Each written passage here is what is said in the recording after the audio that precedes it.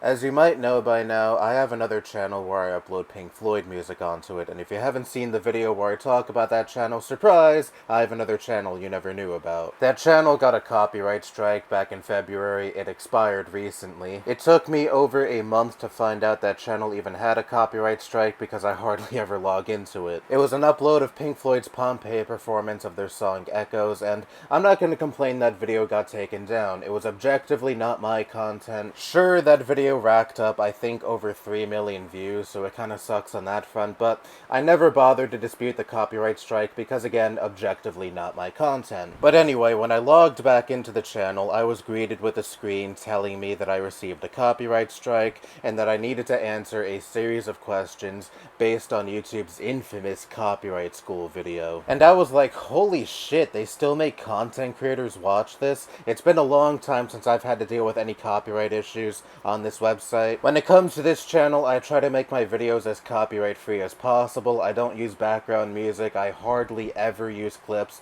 from other people's videos, and especially I don't use clips from TV shows or movies. Part of the reason why I stopped doing response videos in the form of showing clips from other people's videos and then adding my interjection in between those clips, because there was more than one occasion where I had those videos struck down, not because those videos broke copyright law, but because the original uploaders were just mad that they had a negative video made on them. So that's why I've never bothered with background music or clips or any other flashy shit in my videos. Well, one, I'm just a lazy content creator, and two, I know firsthand just how broken and easily abused YouTube's copyright system is. This has been a problem since pretty much the site's inception, but there is nothing more insulting than receiving a bogus copyright strike and being greeted by this fucking video. The first thing you hear in this video is the Happy Tree Friends theme, which has to be one of the most obnoxious theme songs to anything ever. And the whole video just fucking infantilizes you. Here's this cutesy wootsy cartoon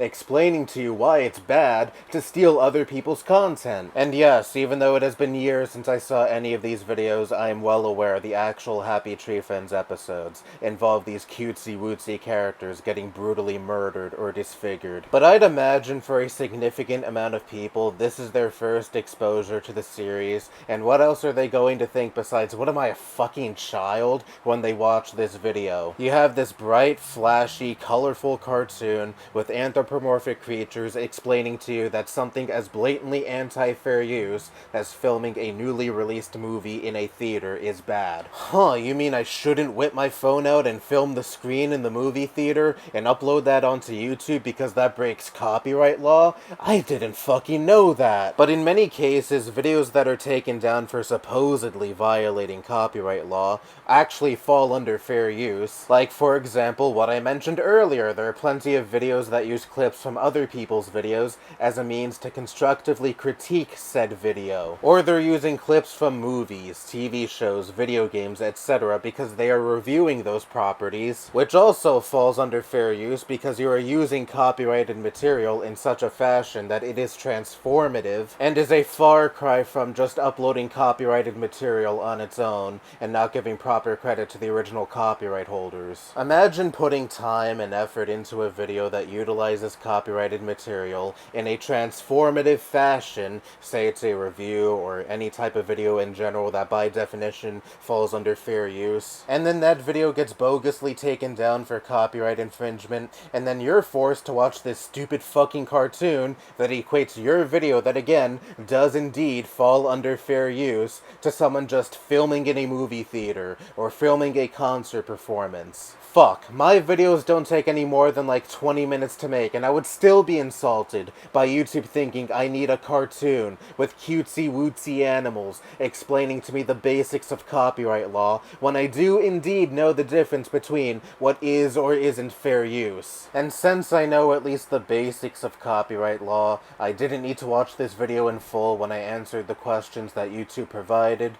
I also just didn't want to give myself a fucking aneurysm, and I answered all of the questions correctly and passed copyright school. Woohoo! I mean, it's not like YouTube throws hard questions at you anyway. A fucking first grader could probably answer these questions correctly. But above all else, and the main reason why I am making this video is because I'm just baffled that YouTube still makes creators watch this this video. I figured years ago YouTube read the room and realized how insulting and infantilizing this video came off as, and replaced it with probably a normal video of a YouTube employee or some shit explaining copyright law. But nope, they still use it, and maybe it's intentional because I am sure YouTube is well aware of how much the community hates this video, but they still show it because they have that much disdain for their user base. Because it really does feel like rubbing salt into the wound. Oh, you got a video taken down via a false copyright strike? Well, let's treat you like a child and show you this cartoon explaining to you copyright law like you're a fucking idiot. Fuck YouTube. Anyway, that's all I have to say. Bye-bye.